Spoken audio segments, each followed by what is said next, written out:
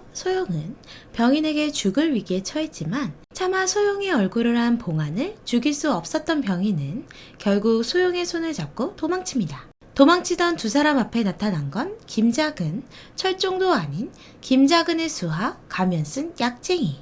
소용을 보호하면서 싸우기엔 역부족이었던 병인은 어린 시절 함께했던 놀이를 하자며 열흘 셀 동안 도망을 가라고 말하고 역모를 꾀한 자들의 이름이 적힌 동문을 전해줍니다. 결국 병인은 아버지가 보낸 자에게 최후를 맞이합니다. 생각보다 약쟁이 엄청 세네요.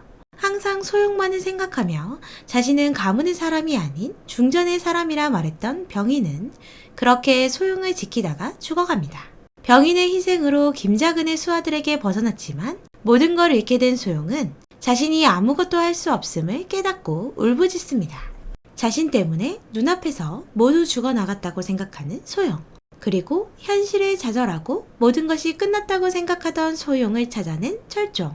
철종을 보고 서러움에 북받쳐 울음을 토해내며 모두 죽었다고 이야기하는 소용.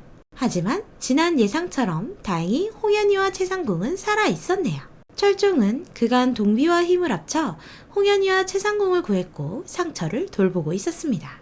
이제 소용의 상처까지 돌봐줄 수 있게 된 철종. 둘은 떨어져 있었기에 서로에 대한 마음이 커져갔고 서로를 원했다는 사실을 깨닫게 됩니다. 한편 궁에서 중전과 함께 떠난 최상궁의 걱정으로 괴로워하는 대령숙수. 중전과 떠나기 전 최상궁이 대령숙수에게 찾아가 자신의 진심을 전했습니다. 연모하는 마음이 컸으나 자신이 대령숙수와 함께할 수 없음을 전한 최상궁. 그렇게 헤어진 대령숙수는 우연히 철종이 살아있음을 듣게 되고 왕권에 불만이 있는 자들이 모여있다는 곳을 찾아 궁 밖으로 나가게 됩니다. 그렇게 다시 만나게 된 대령숙수와 소봉 즉 철종. 대령숙수와 최상궁 또한 다시 만나게 되고 마음이 그대로 드러나며 서로의 사랑을 확인합니다. 그 모습을 지켜본 철종은 계획에서 성공해 최상궁과 대령숙수가 함께 살아갈 수 있도록 만들어주지 않을까 기대해봅니다. 한편 연애를 망치는 데 실패했던 김작은은 이번 즉위식 때는 꼭 성공하기 위해 조심을 하는데요. 대왕대비 방에 있던 장님 은여를 의심하기 시작하는 김작은. 중전을 죽이기 위해 비소를 넣은 얼음을 사용하려고 할 때 미리 알고 달려온 철종의 모습이 떠올라 은여가 엿듣는다 생각해 칼을 겨눴지만 반응이 없는 은여.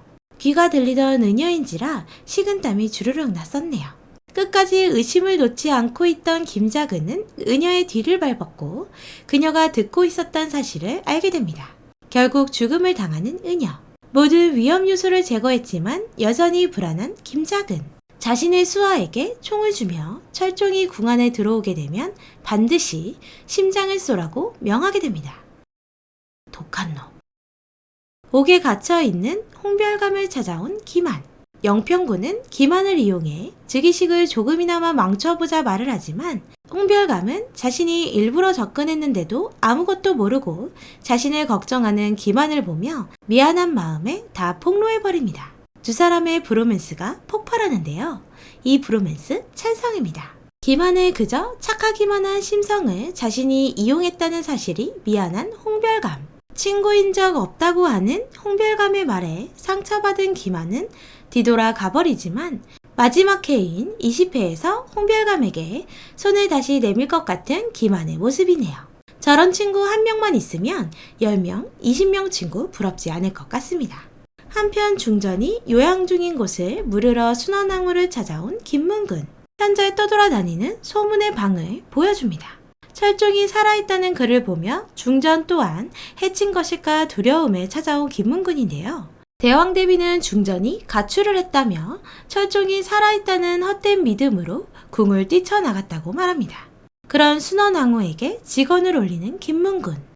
왕까지 해야 하는 것이 진정 가문을 위한 일이냐 묻습니다. 적어도 부끄러운 짓은 하지 말아야 한다는 김문군의 말에 부끄럽기 때문에 죄가 된다고 말하는 순원항우. 부끄럽지 않으면 죄가 되지 않는다고 말합니다. 이거 정치계에서 흔히 있는 일 같은데요. 부끄러워하지 않는 자들이 자신이 깨끗한 줄 아는 것이 예나 지금이나 같네요. 권력을 절대 놓지 못하는 순원항우. 어린 철종을 즉위시켰을 때처럼 다시 어린 왕을 내세워 김씨 가문의 권력을 이어나가려고 합니다.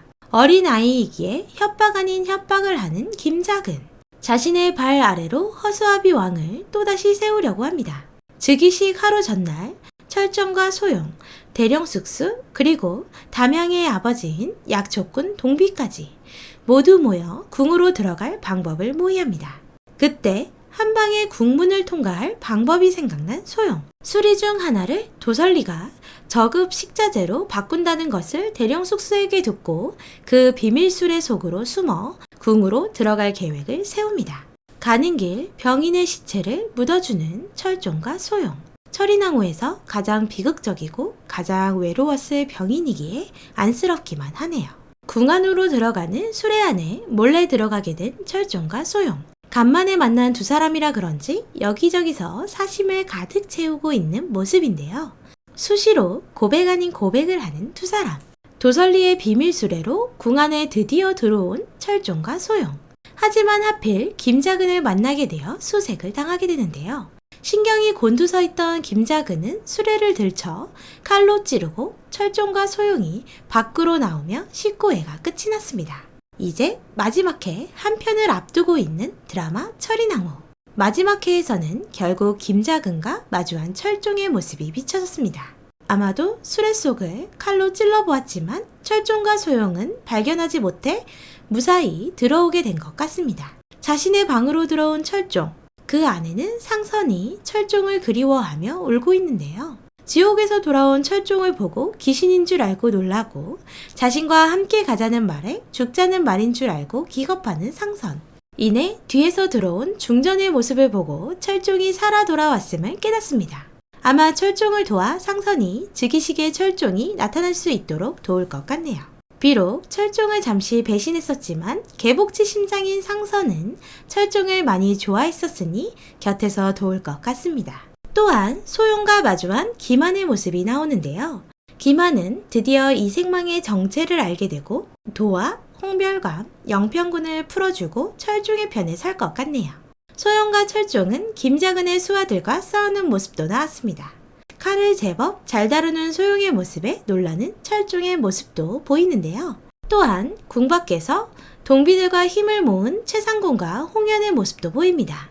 일전 소용이 군대에서 사용하고 배웠던 것들을 철종에게 전달해 모두 동비훈련에 사용한 만큼 아주 큰 힘이 될 것으로 예상됩니다. 소용이 알려준 방탄조끼를 입고 김작은 수하의 총도 피하지 않을까 싶네요.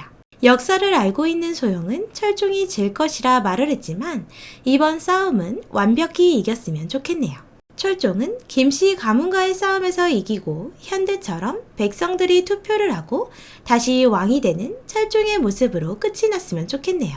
소용 몸속에 있던 봉안이 현대에서 깨어나 다시 만나게 되는 소봉주들을 꿈꿨었는데요. 어찌 보면 조선에서 철종과 그대로 행복하게 살았으면 싶기도 합니다. 오늘도 재미있게 보셨다면 좋아요, 구독 부탁드립니다.